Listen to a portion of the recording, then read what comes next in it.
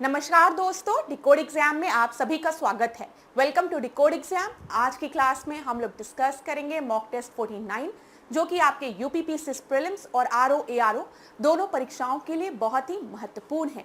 तो चलिए आज की क्लास को स्टार्ट करते हैं मेरे साथ ऐश्वर्या सिंह के साथ। क्लास में किसी भी तरीके का डाउट होगा तो आप लोग मुझे कमेंट बॉक्स में बता सकते हैं।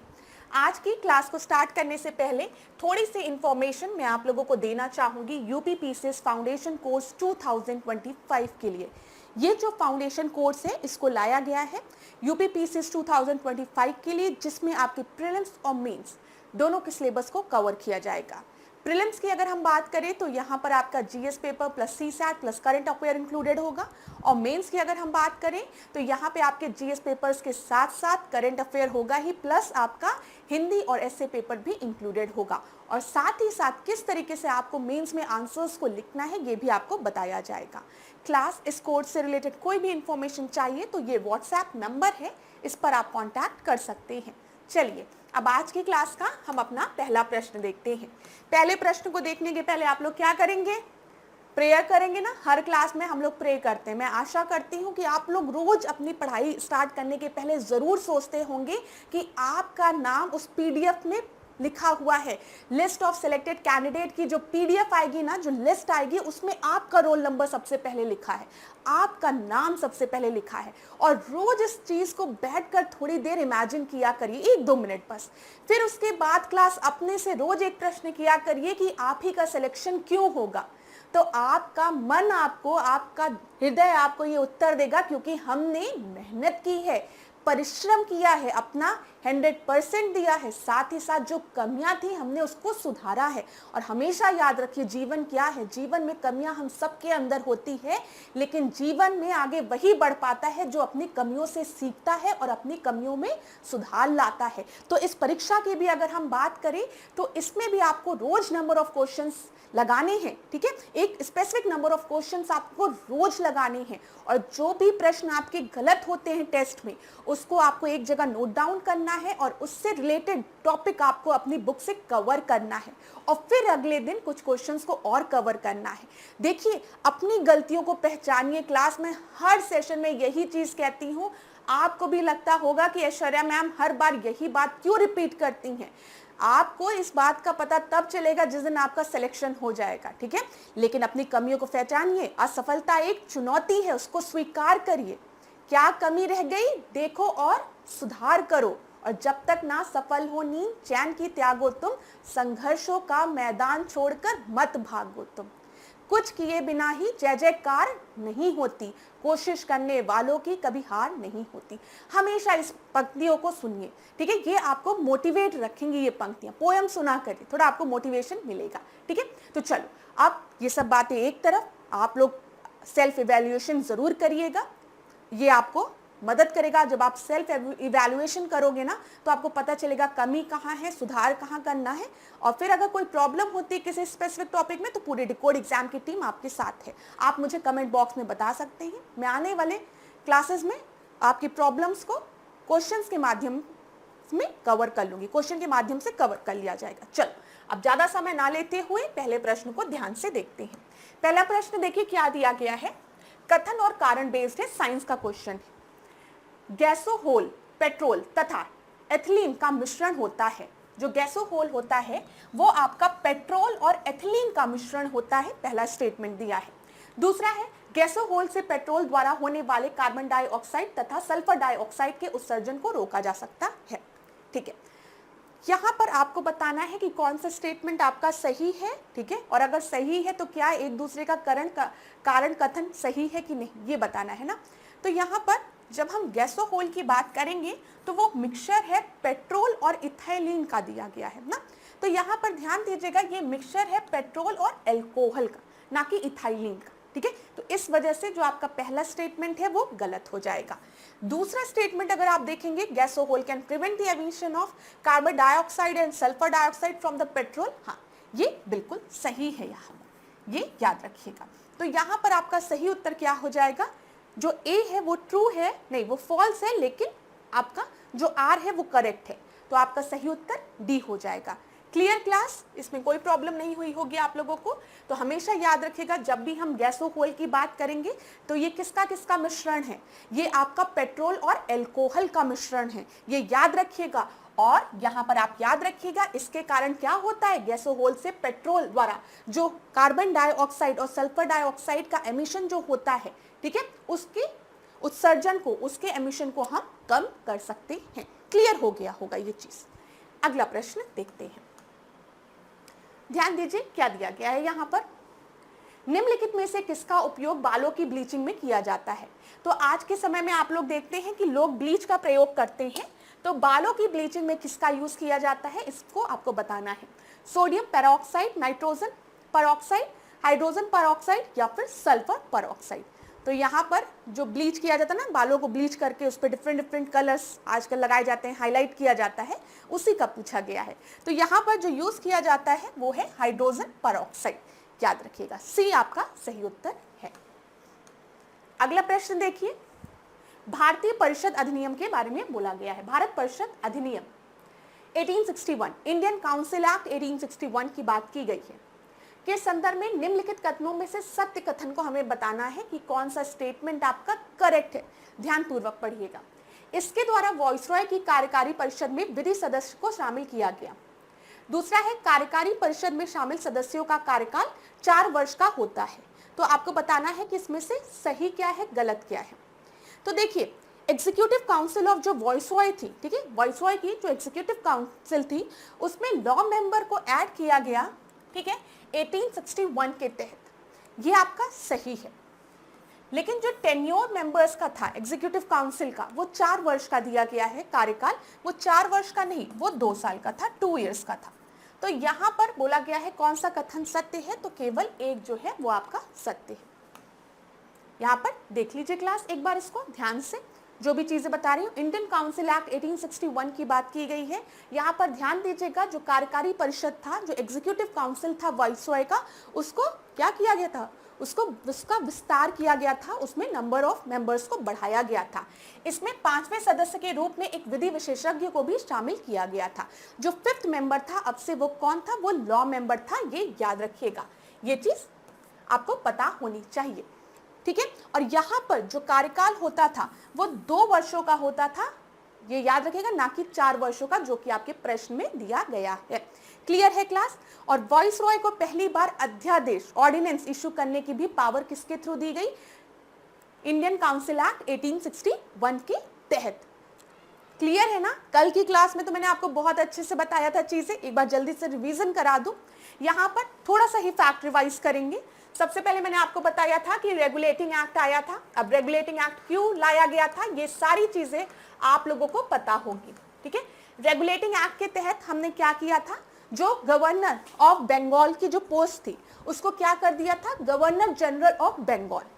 क्या पोस्ट ले आई गई थी, गवर्नर जनरल ऑफ बंगाल, ठीक है। और गवर्नर जनरल ऑफ बंगाल के ही अधीन आपके गवर्नर ऑफ मद्रास और गवर्नर ऑफ बॉम्बे थे। बताइए, क्लियर है ये चीज? उसके बाद हम देखते हैं गवर्नर जनरल ऑफ बंगाल की पोस्ट जो है उसको गवर्नर जनरल ऑफ इंडिया कर दिया जाता है। कब, किस एक्ट के थ्रू, तो चार्टर एक्ट 1833 के थ्रू। यहाँ पर बंगाल टर्म की जगह इंडिया टर्म का यूज कर दिया जाता है। क्यों किया जाता है ये बताओ, ये क्यों किया जाता है? क्योंकि चार्टर एक्ट 1833 के तहत हमने जो ईस्ट इंडियन कंपनी थी उसकी कॉमर्शियल एक्टिविटीज को खत्म करके उसको प्योरली एडमिनिस्ट्रेटिव बॉडी बना दिया। क्लियर है ना?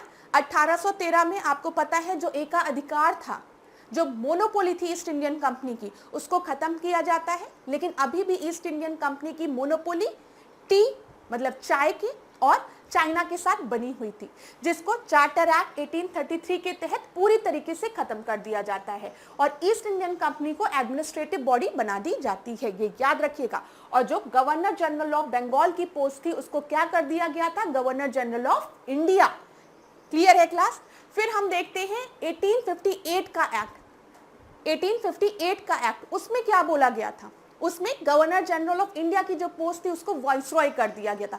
क्यों कर दिया गया था? अरे 1857 का रिवॉल्ट हुआ था, रिवॉल्ट सप्रेस होने के बाद क्वींस डिक्लेरेशन हुआ, क्वीन ने कह दिया कि ये जो अभी तक आप लोगों के साथ बुरा काम हुआ है ये तो ईस्ट इंडियन कंपनी कर रही थी, उसमें हमारा दोष नहीं था। अब हम ईस्ट इंडियन कंपनी को पूरी तरीके से खत्म करते हैं और जो इंडिया है वो आज से ब्रिटिश सॉवरेनिटी के अंदर आएगा, ठीक है।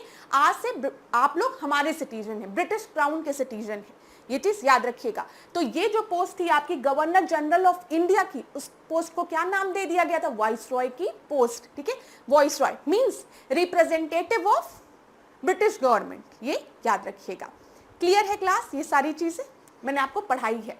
यहां पर मैंने आपको बता दिया, हम लोग भारतीय परिषद अधिनियम 1861 की बात कर रहे थे, तो यहां पर याद रखिएगा जो एग्जीक्यूटिव काउंसिल थी उसका विस्तार किया गया, उसको बढ़ाया गया, जिसमें अब 5वें सदस्य के रूप में हमने एक विधि विशेषज्ञ को शामिल किया था, ठीक है।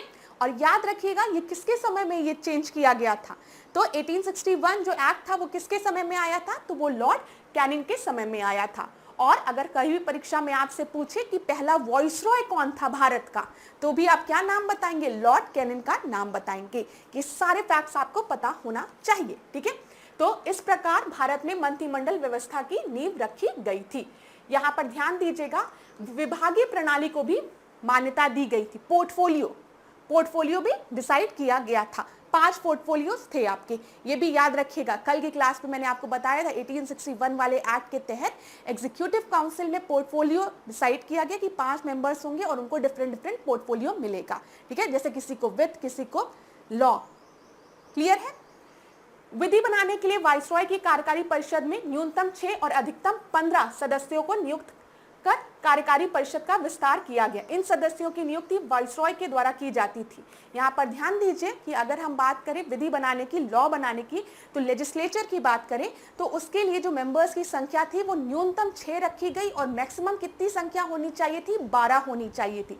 ये वाला पॉइंट भी मैंने कल आपको बताया था। और अगर इनके कार्यकाल की हम बात करें तो इनका कार्यकाल जो था वो 2 वर्षों का था। सारे पॉइंट्स लिख लीजिए एक बार, ठीक है।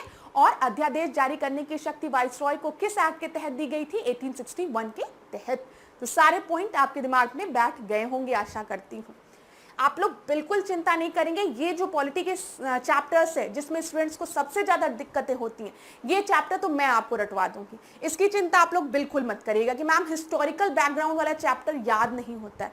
मैं आपको रटवाऊंगी लेकिन समझा के फिर रटवाऊंगी। समझ में आ रहा है? अगर आप चीजों की क्रोनोलॉजी समझ के कि पहले रेगुलेटिंग एक्ट आएगा, ठीक है, पहले क्या करेगा? British crown east Indian company को रेगुलेट करने की कोशिश करेगा। आप क्या करते हो? जब आप पहले किसी से मिलते हो और कोई बदमाशी कर रहा होता है तो आप उसको अनुशासन में लाने का प्रयास करते हो ना। जैसे किसी के हाथ में भी कोई भी पावर है और आपको समझ में आ रहा है कि सामने वाला अपना पावर का मिसयूज कर रहा है और आप एक अथॉरिटी हो, आपके पास इतनी पावर है कि सामने वाले को हटा सकते हो, लेकिन आप पहले उसको हटाओगे नहीं, पहले आप उसको वार्निंग दोगे कि देखो रेगुलेट कर रहा हूं, वार्निंग दे रहा हूं, थोड़ा सुधर जाओ। तो ईस्ट इंडियन कंपनी को ब्रिटिश क्राउन ने क्या किया? रेगुलेट किया, सुधरने के लिए बोला कि भाई अब सुधर जाओ। कोर्ट ऑफ डायरेक्टर आ गए जो तुम्हारी सारी एक्टिविटीज पर निगरानी रखेंगे। ईस्ट इंडियन कंपनी का अगर कोई भी ऐसा मेंबर मिला जो कि ब्राइब ले रहा है, जो कि घूस ले रहा है या गिफ्ट ले रहा है, तो उसको तुरंत उसी समय हटा दिया जाएगा।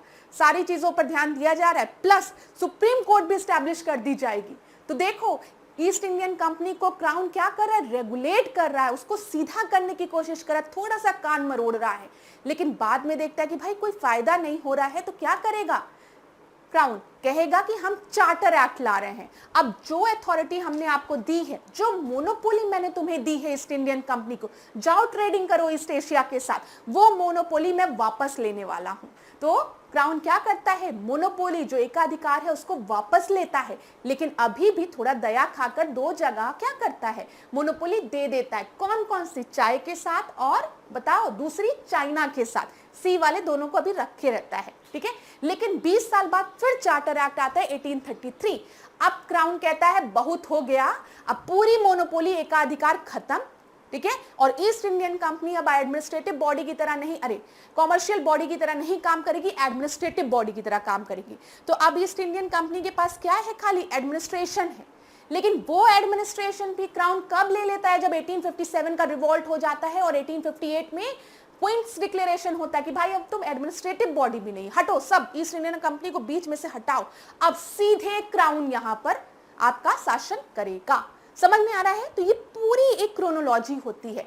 रटने का प्रयास करोगे तो दिक्कत होगी थोड़ा सा।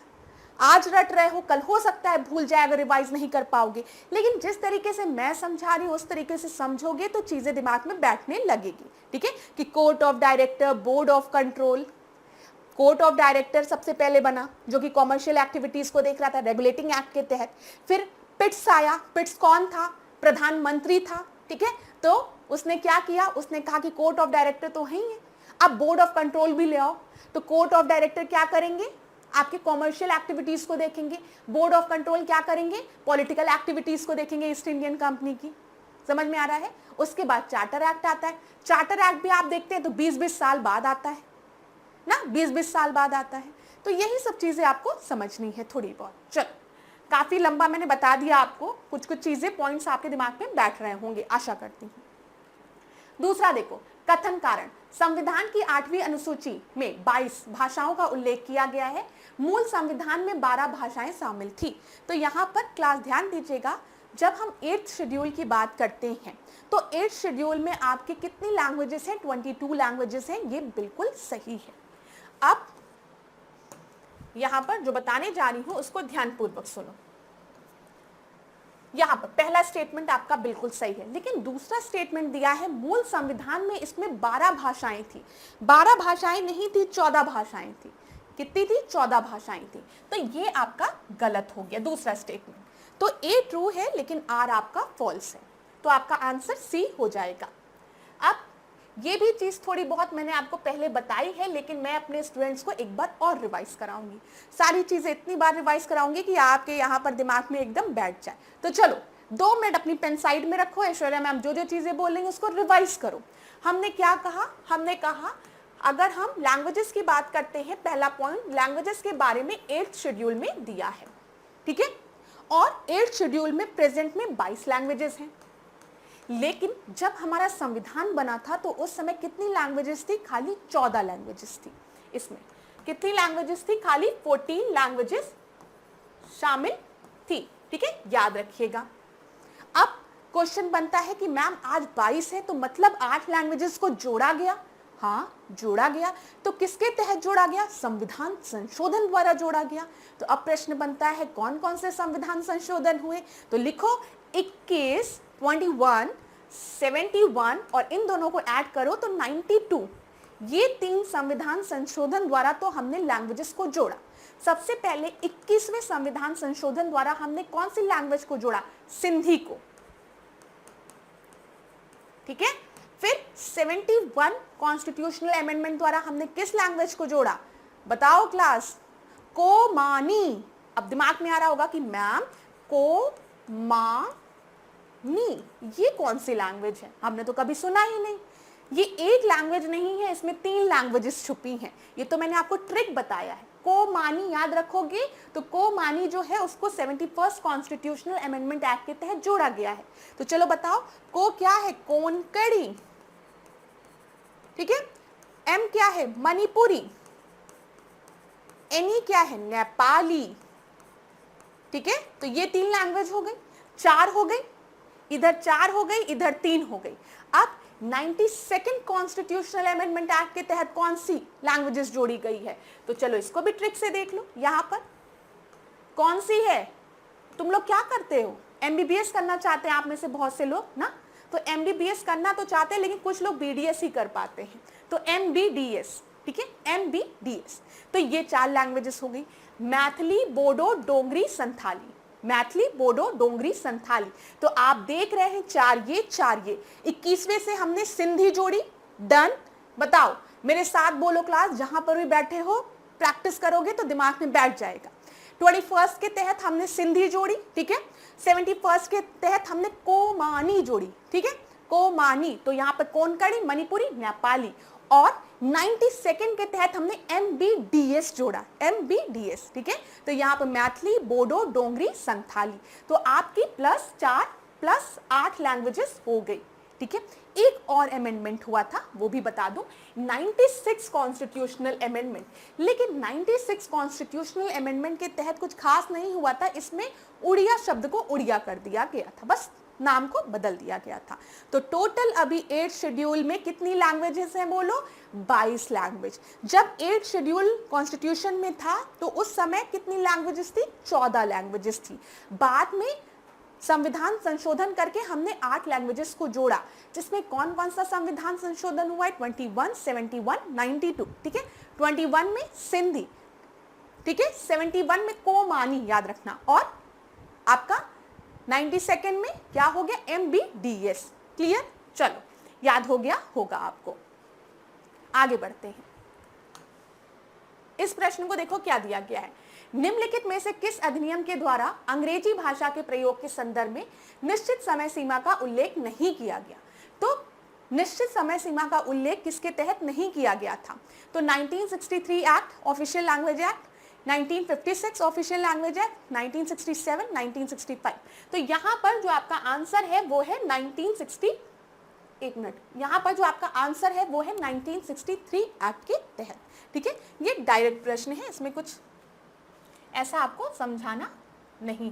तो यहां पर ए आपका सही उत्तर है।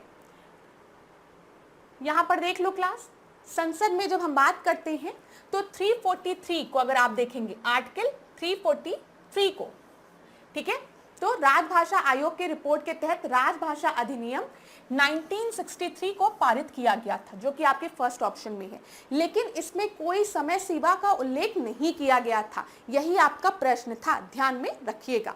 अब यहां पर मैं कुछ आपको आर्टिकल्स बताऊंगी जो कि परीक्षा के लिए इंपॉर्टेंट है। देखो यहां पर ध्यान देना, यहां पर ध्यान देना क्लास, 343 प्लस 2 कर दो, 345, फिर 348, ये याद रखिएगा। 343, ठीक है, 345, 348, क्लियर है? यहाँ पे 5 3 को ऐड करोगे तो 348 आ जाएगा। समझ में आ रहा है कैसे याद रहेगा? 343, 345 और 5 और 3 को ऐड करोगे तो 348। यहाँ पर 3 5 8 है, तो ये ऑफिशियल लैंग्वेज की बात करता है। 343 की बात करेंगे तो ऑफिशियल लैंग्वेज सेंटर पे क्या होगी, यूनियन में क्या होगी, उसकी बात बोला गया है, ठीक है।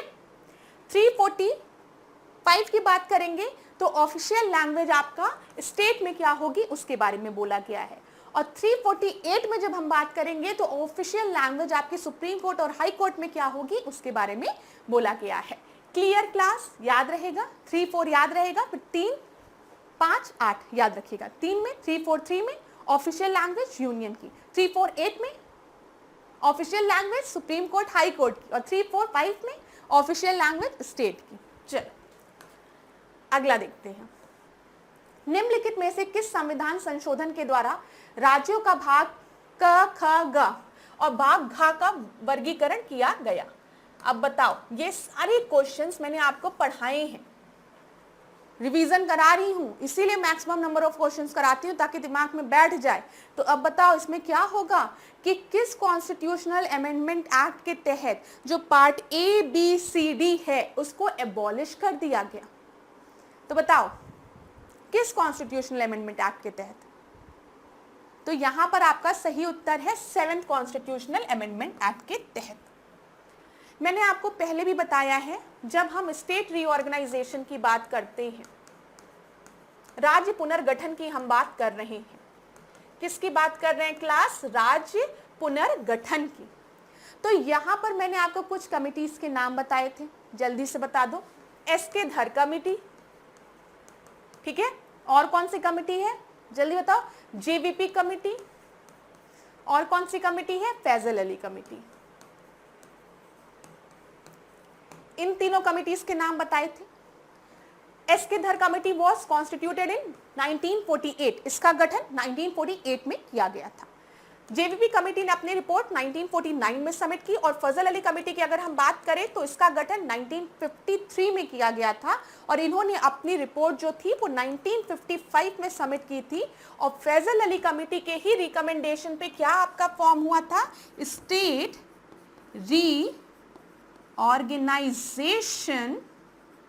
एक्ट बताओ क्लास, समझ में आ रहा है? स्टेट रीऑर्गेनाइजेशन एक्ट 1956 और स्टेट रीऑर्गेनाइजेशन एक्ट 1956 में ही part A B C D को खत्म कर दिया गया, एबॉलिश कर दिया गया। किस कॉन्स्टिट्यूशनल अमेंडमेंट एक्ट के तहत? 7th कॉन्स्टिट्यूशनल अमेंडमेंट एक्ट के तहत, 7th संविधान संशोधन द्वारा, 7वें, ठीक है, याद रखिएगा।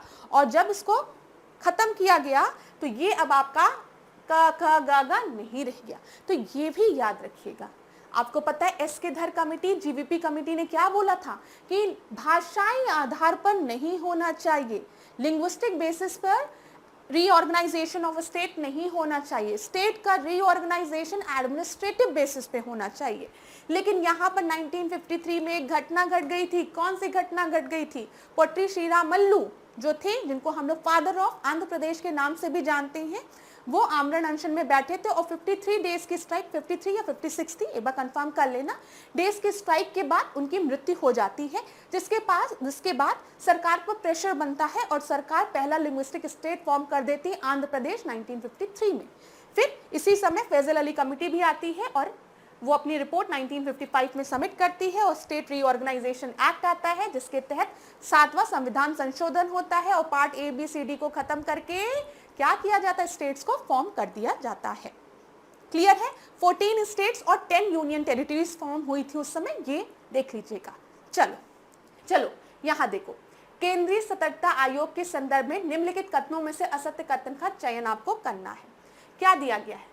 With reference to the central vigilance commission choose the incorrect statement, ठीक है, सीवीसी से related. CVC commissioner is eligible for reappointment. The salary and allowances and other service condition of the Central Vigilance Commission are same as those prescribed by the judges, prescribed for the judges of Supreme Court. ध्यान दीजिएगा class, CVC central vigilance commission की जब हम बात करते हैं commissioner की, तो वो अपने पोस्ट के लिए रीअपॉइंट नहीं किए जा सकते, पुनर्नियुक्ति नहीं होती है इनकी। और यहाँ पर जो दिया गया है, केंद्रीय सतर्कता आयोग के वेतन और भत्ते तथा अन्य सेवा शर्तें वही हैं जो उच्चतम न्यायालय के न्यायाधीशों के लिए निर्धारित करते हैं, ये भी गलत है, राष्ट्रपति द्वारा उसे निर्धारित किया जाता है। तो यहाँ पर आपका सही उत्तर डी हो जाएगा। मतलब यहाँ पर क्या बोला गया है? डी नहीं, ध्यान दीजिएगा, यहाँ पर इनकरेक्ट बोला गया है ना क्लास, तो दोनों इनकरेक्ट है, ठीक है, दोनों इनकरेक्ट है। क्लियर है ना? तो इस वजह से आंसर सी हो जाएगा, क्योंकि इनकरेक्ट स्टेटमेंट पूछा गया है, ना कि आपका करेक्ट पूछा गया है।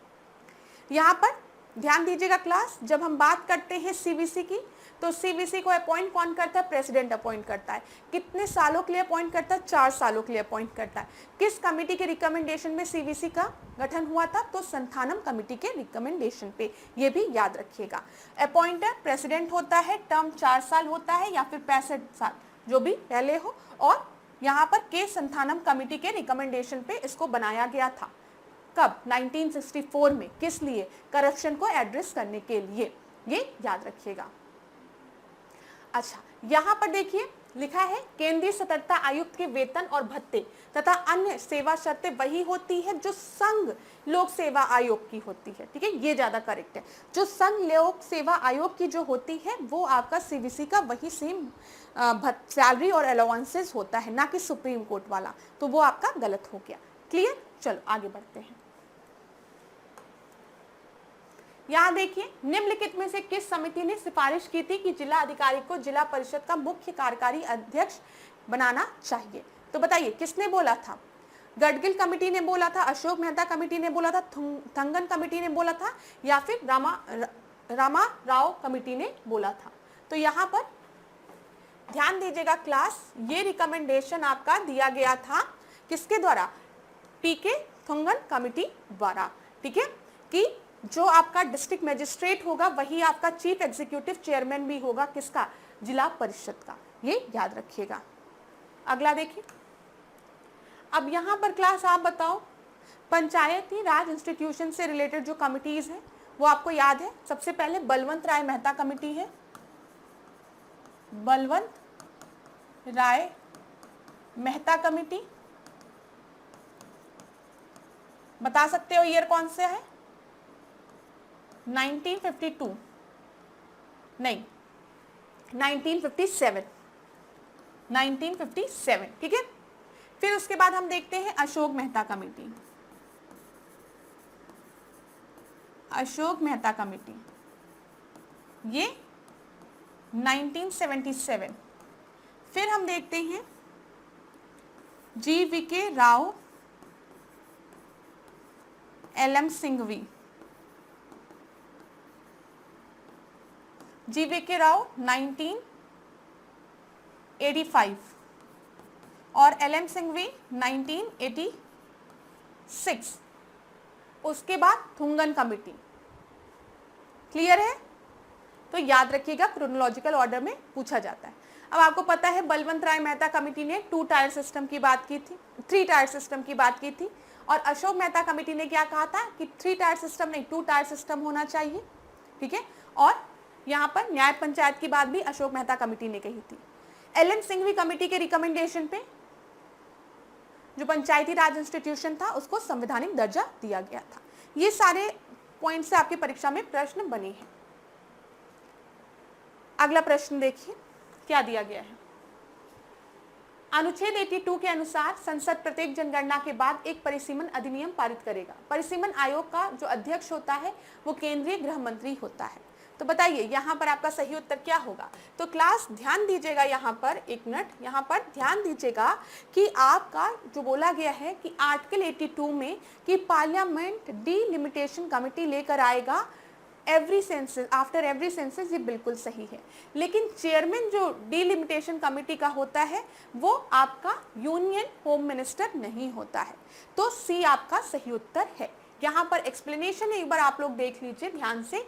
जो चेयरमैन होता है वो आपका रिटायर्ड सुप्रीम कोर्ट का जज होता है, ना कि यूनियन होम मिनिस्टर होता है। ध्यान दीजिए, जब हम 82 अनुच्छेद की बात करते हैं तो उसमें बोला गया है कि प्रत्येक जनगणना की समाप्ति के बाद संसदीय विधि द्वारा लोकसभा और 170 के अनुसार राज्य विधान सभाओं की सीट का आवंटन तथा प्रत्येक राज्य के प्रादेशिक निर्वाचन क्षेत्रों के पुनः समायोजन के लिए परिसीमन समिति गठित की जाएगी। तो आप जो इंग्लिश में है मैं उनको बता दूं, 82 और 170 अनुच्छेद में क्या बोला गया है कि डिलिमिटेशन कमेटी बनाई जाएगी सेंटर के लिए और स्टेट के लिए, ठीक है, हर सेंसस के बाद। ये 82 और 170 आर्टिकल में दिया है, याद रखिएगा। और क्या बोला गया है, जो डिलिमिटेशन कमेटी होती है उसके जो हेड होते हैं वो मुख्यतः आपके सुप्रीम कोर्ट के रिटायर्ड जजेस होते हैं। ये याद रखिएगा आप लोग, ठीक है क्लास।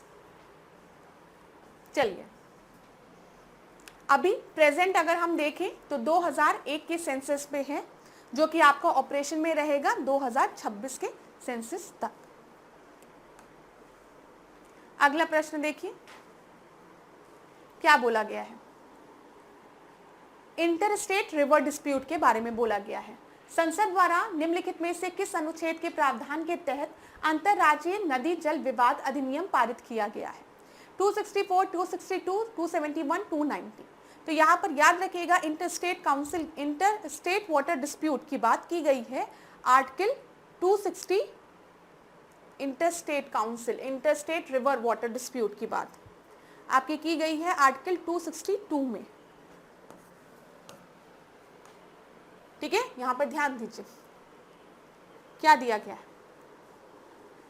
अनुच्छेद 262 के अनुसार संसद विधि द्वारा किसी अंतर्राज्यीय नदी या नदी घाटी के या उसके जल के प्रयोग, वितरण या नियंत्रण के संबंध में किसी विवाद या परिवाद के न्याय निर्णय के लिए उपबंध कर सकेगी, ठीक है।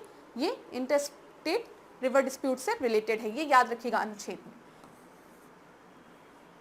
क्लियर है क्लास, आगे बढ़ते हैं।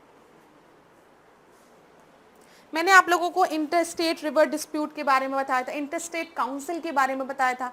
मैंने आपको बताया था कि आर्टिकल 262 भी याद रखिएगा और आर्टिकल 263 भी याद रखिएगा।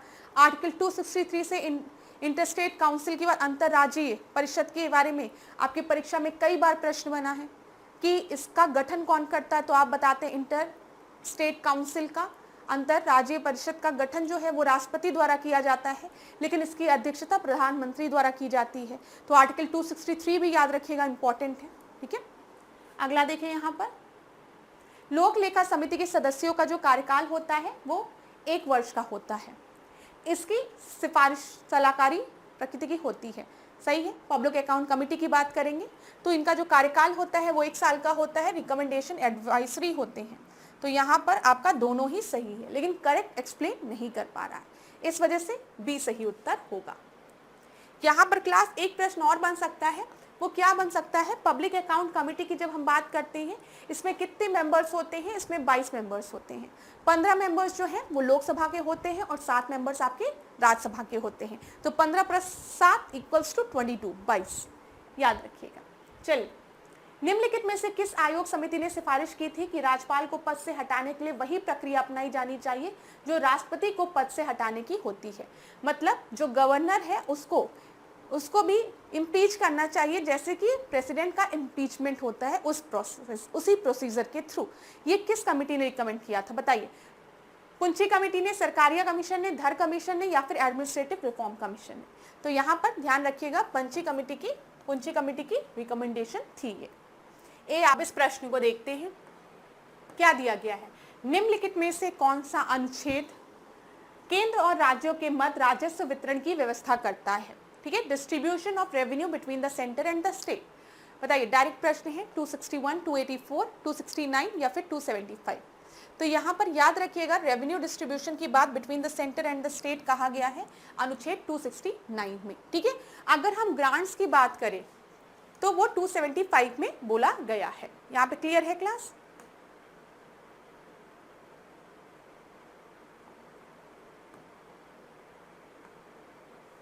यहाँ पर एक बार हम कुछ पॉइंट्स रिवाइज कर लेते हैं, ध्यान दीजिएगा क्या दिया गया है। देखिए, आर्टिकल 268 से अगर हम आर्टिकल 281 तक चले, ठीक है, यहाँ पर आपके डिस्ट्रीब्यूशन ऑफ पावर की बात की गई है कि कौन टैक्स लगाएगा और कौन टैक्स कलेक्ट करेगा। ध्यान से सुनिएगा, कौन टैक्स लगाएगा और कौन टैक्स कलेक्ट करेगा इससे रिलेटेड है। जब हम बात करते हैं आर्टिकल 268 की, ठीक है, तो ध्यान दीजिएगा, जो सेंटर है वो आपका टैक्स लगाएगा, लेवी करेगा, मतलब टैक्स लगाएगा, बट जो टैक्स है वो कलेक्ट और रखा जाएगा स्टेट के द्वारा।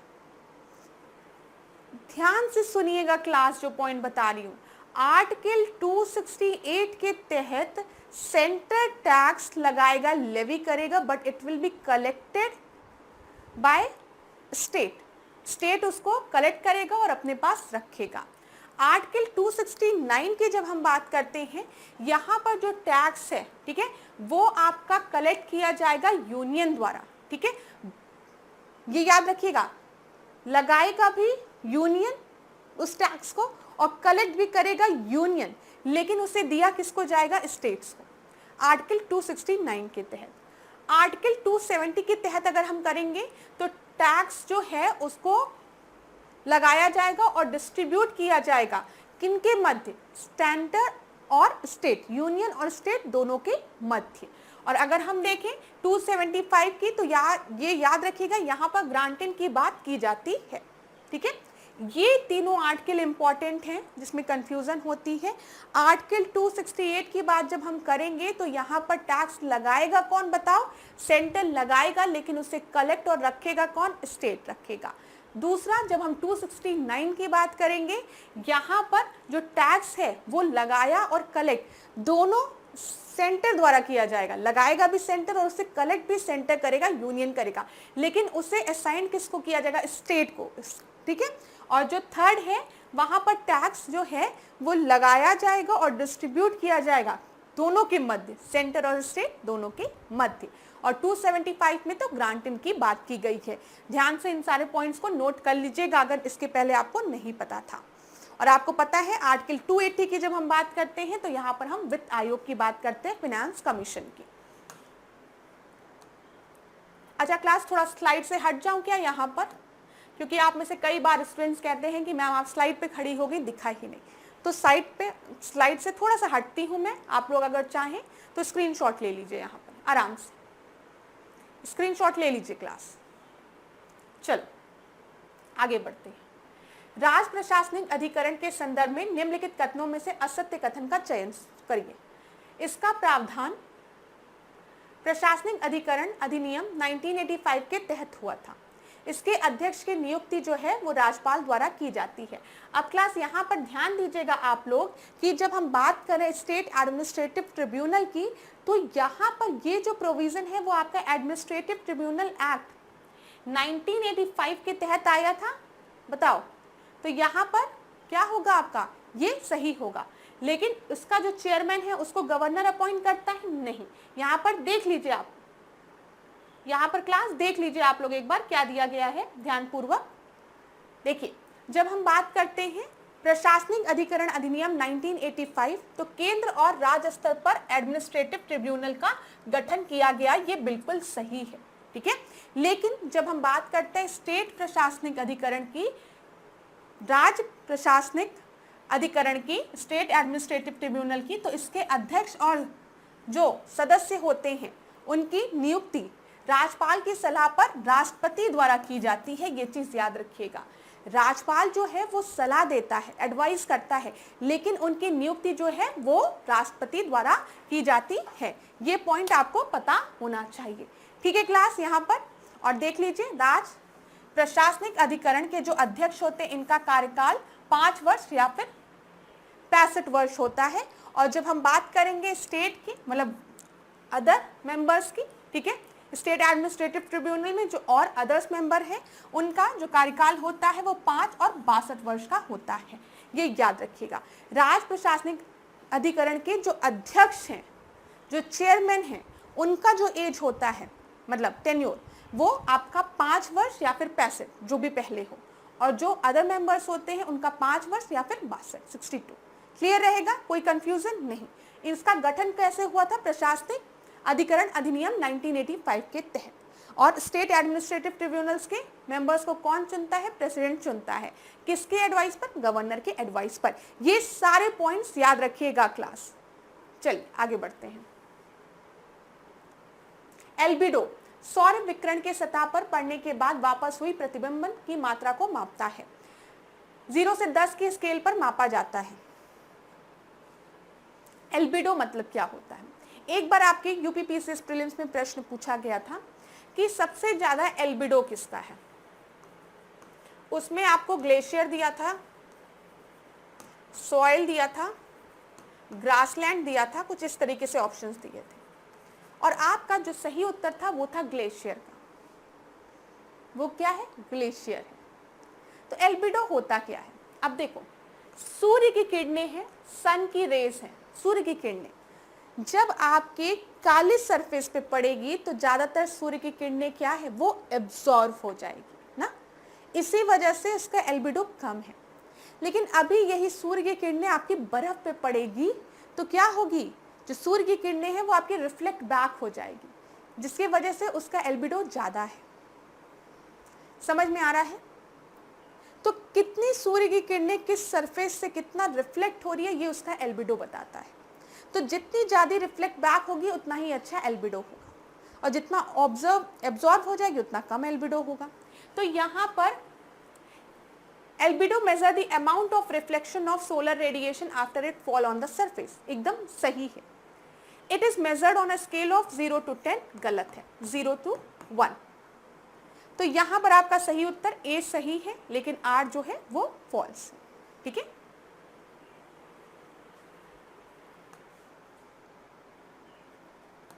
अब कुछ करंट के क्वेश्चंस देखते हैं जल्दी जल्दी।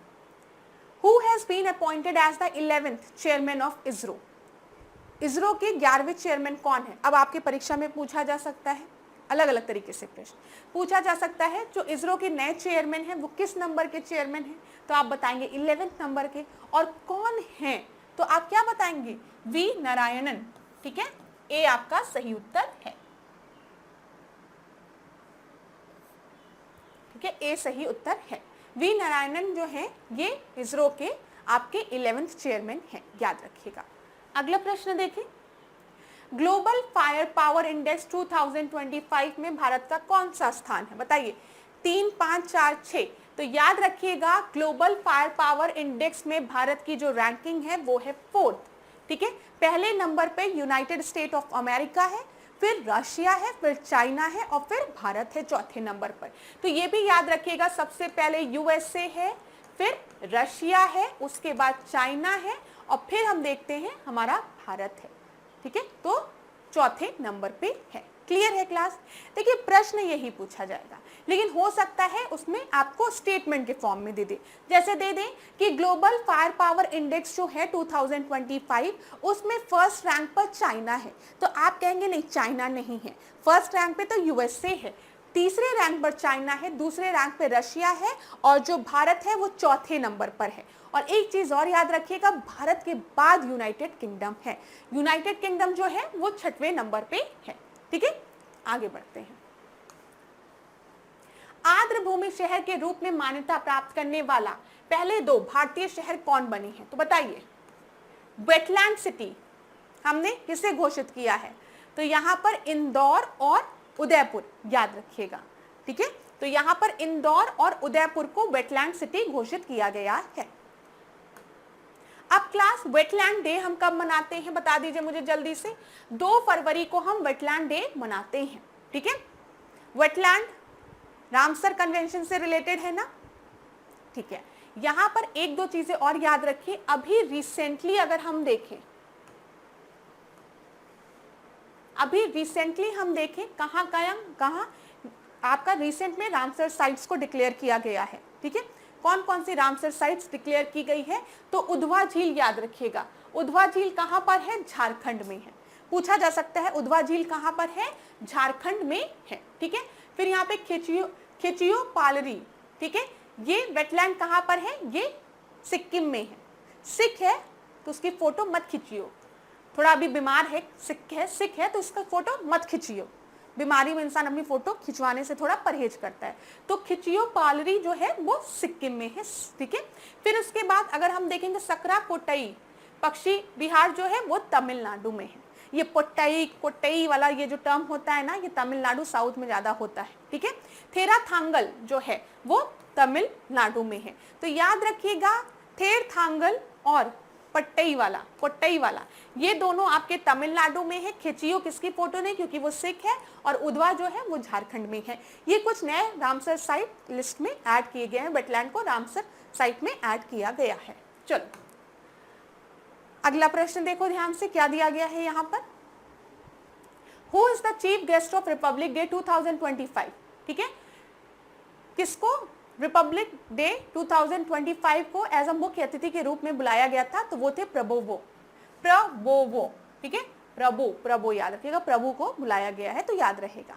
दूसरा देखो, which state won the best Tableau award of Republic day parade 2025? जो गणतंत्र दिवस में जो परेड होती है, झांकी निकलती है, उसमें बेस्ट झांकी का अवार्ड किसको दिया गया है? इस बार तो उत्तर प्रदेश को ही मिलना था। क्यों मिलना था? संगम कुंभ मेला की बात यहाँ पर की गई थी, उससे रिलेटेड था, तो उत्तर प्रदेश को मिला। अगला देखिए यहाँ पर, ऑस्ट्रेलियाई ओपन 2025 में पुरुषों का एकल खिताब किसने जीता है? तो इन्होंने जीता है। इनका नाम क्या है? इनका नाम सिनर है। ठीक है, तो सिनर जी को ऑस्ट्रेलियाई ओपन खिताब मिला है। देखो कितने अच्छे से अपनी ट्रॉफी लेके बैठे हुए हैं। तो सिनर जी को, कहाँ है सिनर जी? जानिक सिनर, तो इनको क्या मिला? ऑस्ट्रेलियाई ओपन पुरस्कार मिला है। याद रख सकते हो ना, सिनर सिन से आप जानते हैं, आपने जानी ऑस्ट्रेलियाई ओपन तो जानी मैम, मैंने जानी। ठीक है, तो आप जानिक सिनर याद आ जाएगा। ऐसे याद कर लेना कि ऑस्ट्रेलियाई ओपन तो मैम जानी जानता हूं मैं, जानती हूं। ठीक है, तो जानिक सिनर। अब यहाँ पर विमेंस में भी अगर हम देख लें तो विमेंस में इनको मिला है। तो यहाँ पर इनका नाम क्या है? इनका नाम है मेडिसन कीज। ठीक है, मेडिसन की, ये देख लीजिए मेडिसन कीज। अब देखो जानी ऑस्ट्रेलियाई ओपन, जानी ना, जानते हो ना, तो याद रहेगा। दूसरा की से याद रखना, चाबी से, ये भी ऑस्ट्रेलियाई ओपन से रिलेटेड है। देखो क्लास, ये कुछ ऐसी चीजें हैं जो अभी याद रखनी है, फिर अगले साल फिर आ जाएगा। ठीक है, फिर कुछ समय बाद फिर अपग्रेड हो जाएगा। तो इसको ज्यादा परेशान होकर नहीं कि एकदम नाम एकदम एक्यूरेट, अरे याद कर लो, जानी से ऑस्ट्रेलिया, जानी ऑस्ट्रेलियाई ओपन, फिर कीज चाबी, जब कीज की बात आएगी तो विमेंस ऑस्ट्रेलियाई ओपन इन्होंने जीता है, बस खत्म बात। या फिर एग्जामिनर आपको थोड़ा परेशान करने की कोशिश करे तो पूछ ले किसको हराया है, पहला खिताब था कि दूसरा खिताब था, कहाँ पर, कैसे कैसे, तब थोड़ा आप लोग परेशान हो जाओगे। लेकिन अभी जानी और कीज से याद रखना। चलो इस प्रश्न को देखो क्या दिया गया है। खेलो इंडिया विंटर गेम्स 2025 में कौन सी टीम पदक तालिका में शीर्ष पर रही? तो बताओ खेलो इंडिया विंटर गेम्स में कौन सबसे ऊपर है? तो लद्दाख। देखो लद्दाख ने 4 गोल्ड पाया, 2 सिल्वर, अभी 1 ब्रॉन्ज और अभी 7। इसको अपडेट कर लेना अभी, ठीक है। यहाँ पर ध्यान दीजिएगा, जो खेलो इंडिया विंटर्स गेम है ये आपका जम्मू एंड कश्मीर और लद्दाख में 2 पार्ट्स में होने वाला है। यहाँ पर देख लो खेलो इंडिया विंटर गेम्स, एक तरफ जम्मू एंड कश्मीर दिया है, लद्दाख दिया है, ठीक है। अगर हम देखें तो जनवरी 23 से 27 जनवरी 2025, ठीक है, 23 से 27 जनवरी 2025 में जो विंटर खेलो इंडिया है उसका फर्स्ट फेज लद्दाख में हुआ है। और अभी 9 से 12 मार्च ये आपका फाइनल जो फेज हुआ था वो जम्मू एंड कश्मीर में हुआ था। याद रखिएगा, ये दोनों चीज परीक्षा में पूछा जा सकता है। भारत की पहले इलेक्ट्रिक एयर टैक्सी का नाम क्या है? तो बताओ। देखो ऐसे जैसे दिखाते हैं कि अब लोग ट्रैफिक बहुत है, आप लोग कैब मंगवाते हो और ऑटो मंगवाते हो या फिर रैपिडो मंगवाते हो, जो भी घर आता है, कुछ समय बाद ऐसे उड़न खटोले से हमारी टैक्सी आएगी, अरे बड़ा जाम है, उस टैक्सी में बैठना, जाम को क्रॉस करते हुए उड़ते हुए दूसरी जगह पहुंच जाना। क्या करोगे इतने समय का? मैं तो ये सोचती हूँ टेक्नोलॉजी अपग्रेड हो रही है, कभी सोचो ऐसे, टेक्नोलॉजी अपग्रेड हो रही है। पहले अगर हम घर में देखें तो मसाले भी उसमें पीसे जाते थे, मतलब सील में, अब मिक्सी में, कपड़े हाथ से धोए जाते थे, अब वॉशिंग मशीन में, ठीक है।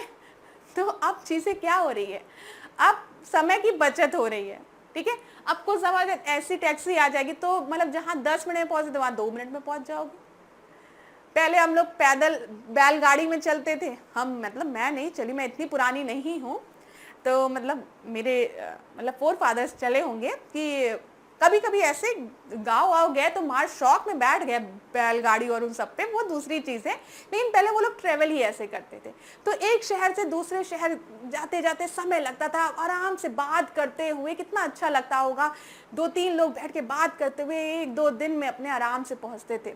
अब फिर ट्रेन आया, बस आई, अब हवाई जहाज से सीधे आप 2 घंटे में 3 घंटे में पूरा ट्रेवल कर लिया आपने, तो समय बच रहा है।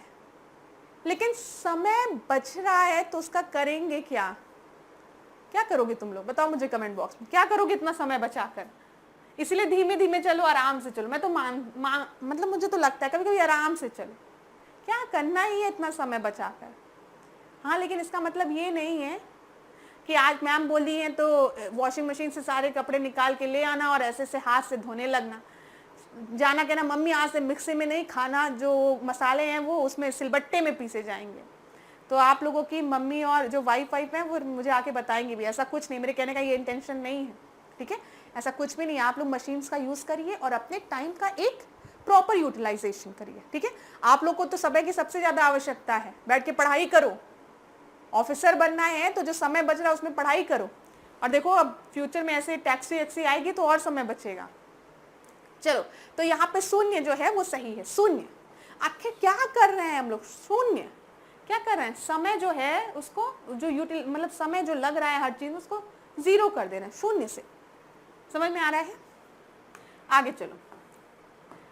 हाल ही में कौन सा देश ब्रिक्स का 9वां साझेदार देश बना है? तो बताओ, Which country has become the 9th partner country of BRICS? तो यहाँ पे नाइजीरिया, ए आपका सही उत्तर है। जल्दी जल्दी करते हैं इन सब चीजों को, इसमें कुछ ऐसा एक्सप्लेन तो करना नहीं है, करंट के क्वेश्चन है, जल्दी जल्दी करते हैं। सत्येंद्र नाथ बोस खगोलीय वेधशाला किस राज्य में स्थापित की गई है? तो बोस चीज से रिलेटेड है तो वेस्ट बंगाल में, सी आपका सही उत्तर है। अगला प्रश्न देखिए, किस देश ने दुनिया का सबसे शक्तिशाली हाइड्रोजन ट्रेन इंजन विकसित किया है? तो हाइड्रोजन ट्रेन इंजन विकसित करने का श्रेय हमारे भारत को जाता है, ठीक है, भारत में। तो अब पेपर में ये प्रश्न आ जाए कि देश का सबसे बड़ा most powerful hydrogen train engine कहाँ विकसित किया है? तो इंडिया को, ऐसे भी कुछ बच्चे होंगे, मैं आपको बता रही हूँ, जैसे आपने ये करंट अफेयर नहीं पढ़ा है और ये बोल दिया कि most powerful hydrogen train engine, तो सबसे पहले वो इंडिया को ही काट देंगे, कहेंगे नहीं भारत में तो नहीं हुआ होगा। तो भाई हमारे भारत में हुआ है, ठीक है, हम लोग बहुत आगे बढ़ चुके हैं भारत। तो यहाँ पर ए आपका सही उत्तर है। मैं जानती हूँ ना, बहुत से स्टूडेंट देखेंगे तो पहले भारत को काट देंगे, आप कहेंगे जर्मनी, जापान या फ्रांस, हो सकता है जापान ने किया हो, नहीं, लेकिन हाइड्रोजन ट्रेन, सबसे मोस्ट पावरफुल हाइड्रोजन ट्रेन हमारे भारत में विकसित हुई है। मेंस में लिख देना अगर अपियर हो रहे होगी, लिख कर ऐसे ऐसे लाइन खींच देना कि देखो टेक्नोलॉजी और साइंस हमारे यहाँ भारत में कितना बढ़ रहा है, हमारे यहाँ most powerful hydrogen train develop कर दी गई है। अगला देखो, PM Modi commission INS Surat, INS Nilgiri and INS Vagsheer in which city? तो ये तो आपका मुंबई में है, ठीक है, डी आपका सही उत्तर है। वागसीर, नीलगिरी और INS सूरत, ये याद रखिएगा, ये भी इंपॉर्टेंट है, ठीक है। 2025 खो खो विश्व कप का खिताब किसने जीता है? देखो कितने खुश हैं हम लोग, तो भारत ने जीता है, क्लियर, इंडिया ने। कितने खेल हस्तियों को मेजर ध्यानचंद खेल रत्न पुरस्कार दिया गया है 2024? तो यहां पर आप देखेंगे 4 हस्तियों को मिला है। पेपर में प्रश्न ऐसे भी बन सकता है और ऐसे भी बन सकता है, किनको किनको मिला है, तो आप श्री मुकेश जी का नाम बताएंगे जो कि चेस से रिलेटेड है, ठीक है, फिर हरमनप्रीत सिंह का नाम जो कि हॉकी से रिलेटेड है, फिर श्री प्रवीण कुमार जी का नाम पैरा एथलेटिक है ये, और मनु भाकर का नाम जो कि शूटिंग से रिलेटेड है। तो याद रखिएगा दोनों तरीके से किस गेम से एसोसिएटेड है और किनको किनको मिला है। राजकोषीय स्वास्थ्य सूचकांक 2025 किसके द्वारा लॉन्च किया गया है? बताओ। फिजिकल हेल्थ इंडेक्स किसके द्वारा लॉन्च किया गया है? तो याद रखिएगा इसको लॉन्च किया गया है नीति आयोग द्वारा, क्लियर है। इसमें टॉप किसने किया है? उड़ीसा ने, ये भी याद रखिएगा। हाल ही में सर्वोच्च न्यायालय के न्यायाधीश के रूप में किसने शपथ ली है? सुप्रीम कोर्ट के जज के रूप में किसने शपथ ली है? तो बताइए। तो के विनोद जी ने, ठीक है, के विनोद चंद्रन जी ने। तो यहां पर कृष्णन विनोद चंद्रन लिखा गया है पूरा नाम, ठीक है, तो बी आपका सही उत्तर है। भारत पोल पोर्टल किसने लॉन्च किया है? तो भारत पोर्टल जो है, भारत पोल पोर्टल, ये किसके द्वारा लॉन्च किया गया है? तो अमित शाह जी द्वारा लॉन्च किया गया है, ठीक है। ये क्या है? ये revolutionising the international police cooperation in India, ये याद रखिएगा किससे रिलेटेड है। गोल्डन ग्लोब 2025 का अवार्ड किस सर्वश्रेष्ठ पिक्चर को मिला है? Venom, Mufasa, Lion King, Oppenheimer या फिर द ब्रूटलिस्ट? तो यहां पर याद रखिएगा best picture award at Golden Globes मिला है ब्रूटलिस्ट को, डी आपका सही उत्तर है। आईसीसी पुरुष T20 cricket of the year 2024 का पुरस्कार किसे मिला है? तो बताइए किसे मिला है?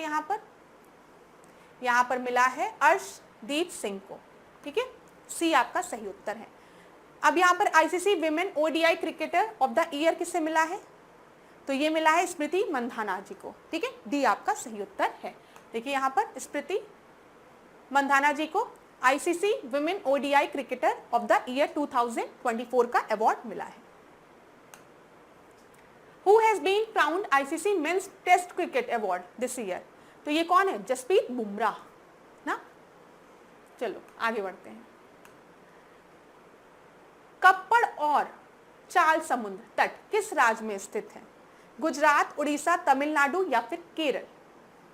तो यहां पे याद रखिएगा कप्पड़ और चाल समुद्र तट जो हैं वो केरला में है और इन्हें ब्लू बीच फ्लैग मिला है, ठीक है, ये याद रखिएगा।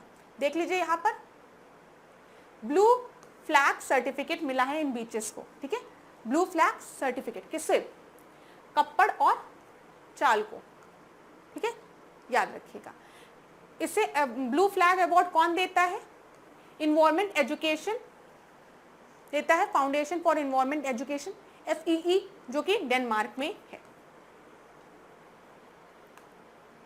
2025 में विश्व कुष्ठ दिवस कब मनाया गया है? यहाँ पर लेप्रोसी डे की बात की गई है।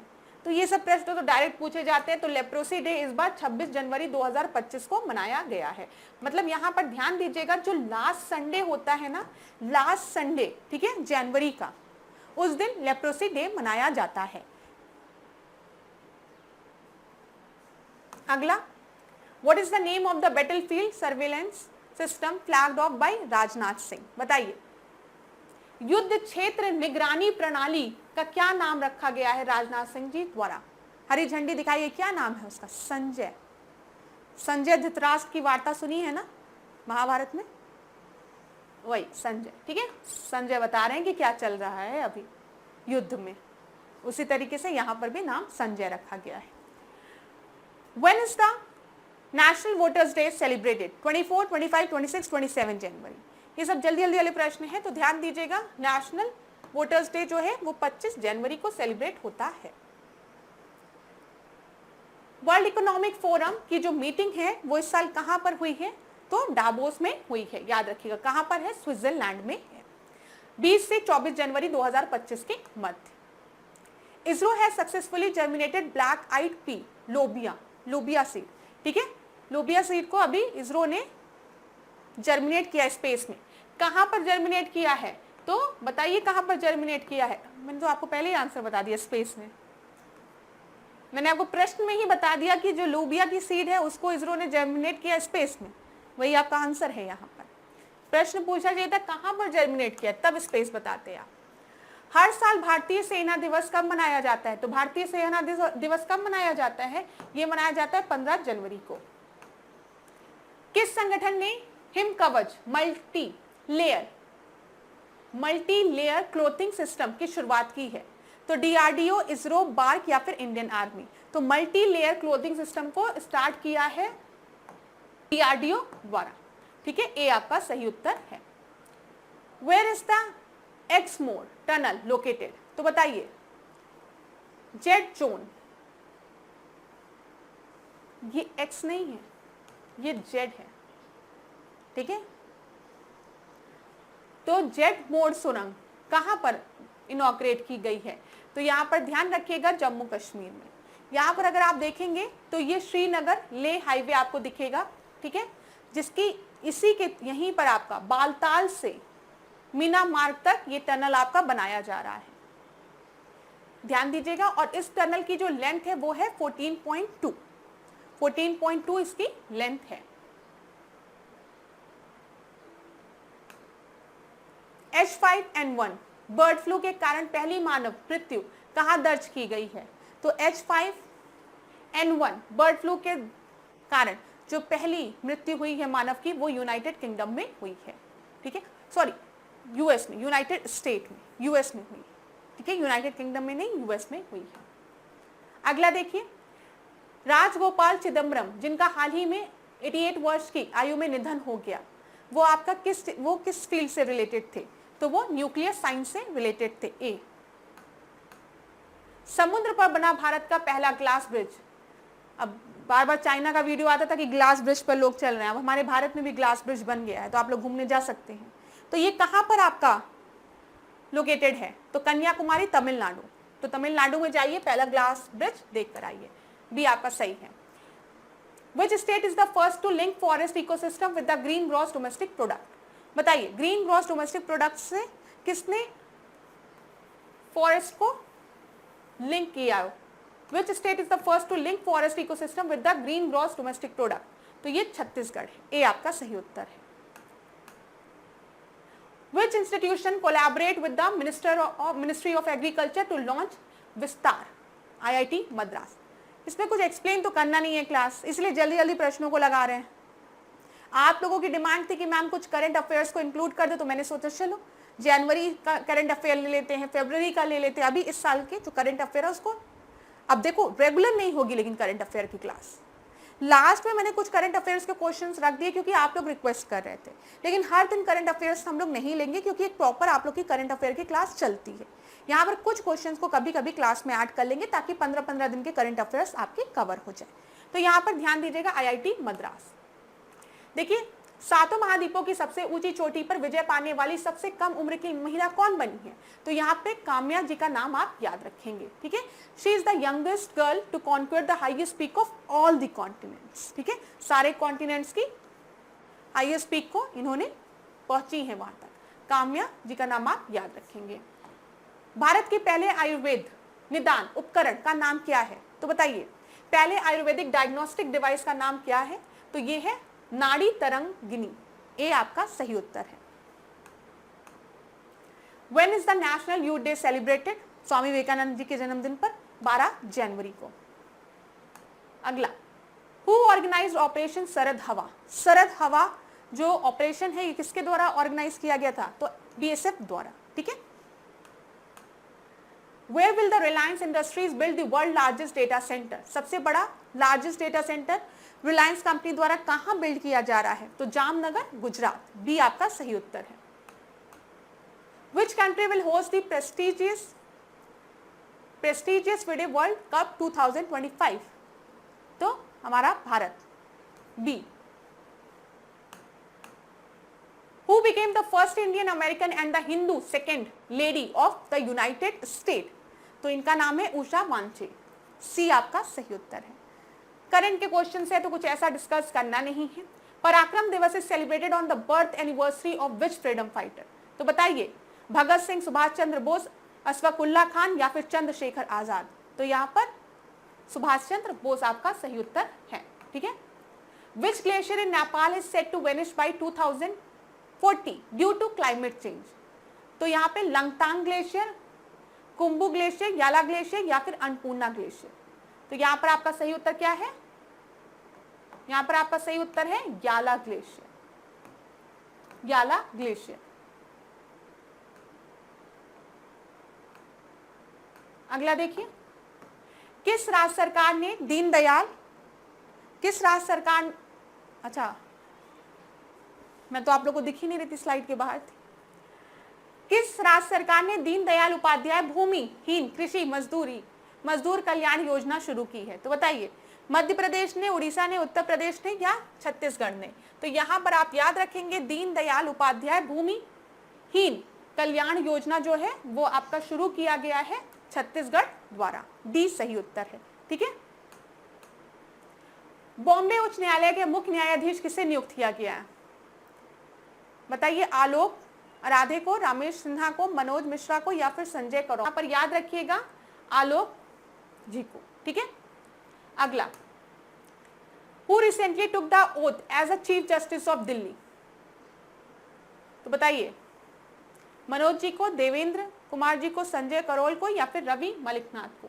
तो यहां पर आपको याद रखना है देवेंद्र कुमार उपाध्याय। 2025 का मेन सिंगल टाइटल 2025 इंडिया में किसने जीता है? तो ये आपके विक्टोर ने जीता है, ठीक है। Victor Axelsen. Which country recently withdrew from the WHO? तो ये कौन कर सकता है? United state. Who top the Forbes million list? Forbes की जो बिलियन लिस्ट है 2025 उसमें सबसे रिचेस्ट पर्सन किसे बोला गया है? तो ये आपके एलॉन मस्क को। ए सही उत्तर है। अगला, Which Indian Navy guided missile destroyer participated in the 4th edition of multinational exercise La? यहां पर आपका सही उत्तर INS मुंबई है। Was the Flaming Festival 2025 recently held? तो ये कहां पर हुआ है क्लास? ये आपका हुआ है आंध्र प्रदेश में। चलिए, अब मुझे लग रहा है आपका करंट अफेयर बचा हुआ है। World After the Gaja, the book World After the Gaja, a history is written by Pankaj Mishra. Pankaj Mishra ने इसको लिखा है। तो thank you so much class. अब यहाँ पे आपका करंट अफेयर खत्म होता है। करंट अफेयर के 1 लाइनर क्वेश्चन हमने देख लिए जल्दी, ठीक है। अब नेक्स्ट क्लास में करंट अफेयर नहीं होगा, फिर 4-5 क्लास बाद फिर करंट अफेयर को इंक्लूड करेंगे। अब नेक्स्ट क्लास में जो मेरा पूरा फोकस है वो आपका ज्योग्राफी पे है, ठीक है। ज्योग्राफी के क्वेश्चन को हम लोग लगाएंगे, मैप वाले क्वेश्चन, ठीक है, बहुत अच्छे से। तो अपने साथ एक एटलस रखिएगा और पेन रखिएगा। जितने भी आपके ज्योग्राफी के इंपॉर्टेंट क्वेश्चंस हैं अब हम आने वाली क्लासेस में डिस्कस करेंगे। और क्लास हो सकता है आने वाली क्लासेस में मैं आपको ना दिखूं, बस वीडियो दिखे, तो उसके लिए भी आप लोग तैयार रहिएगा, कुछ दिन की बात है, ठीक है। तो फिर हम लोग उसको उस समय हम लोग ज्योग्राफी के क्वेश्चंस को करेंगे ताकि आप लोगों को पिक्चर्स अच्छे से दिखे, ठीक है। तो thank you so much class. आज के सेशन को यहीं पे एंड करेंगे। नेक्स्ट क्लास में आपसे मिलेंगे नए प्रश्नों के साथ। कोई भी दिक्कत होगी तो कमेंट बॉक्स में आप लोग मुझे बताइएगा। ये करंट का पोर्शन मैंने आप लोगों के लिए इंक्लूड किया है, नहीं तो हृदय सर तो रोज आपकी क्लास लेते हैं, आप लोग मॉर्निंग में देख सकते हैं, लेकिन मॉक टेस्ट में हम लोग 15-15 दिन के बाद एक बार करंट अफेयर्स को जल्दी जल्दी रिवाइज कर लेंगे। तो अब आज के सेशन को यहीं पे एंड करेंगे। नेक्स्ट क्लास में आपसे मिलेंगे नए प्रश्नों के साथ। तब तक खूब पढ़िए, खूब आगे बढ़िए। कोई भी प्रॉब्लम हो कमेंट बॉक्स में बताइएगा। Thank you so much class. आशा करती हूँ आपका दिन खूब अच्छा जाए और आप लोग खूब पढ़े, खूब आगे बढ़े। इसी तरीके से मेरे साथ ऐश्वर्या सिंह के साथ डिकोड एग्जाम के साथ बने रहिए। धन्यवाद।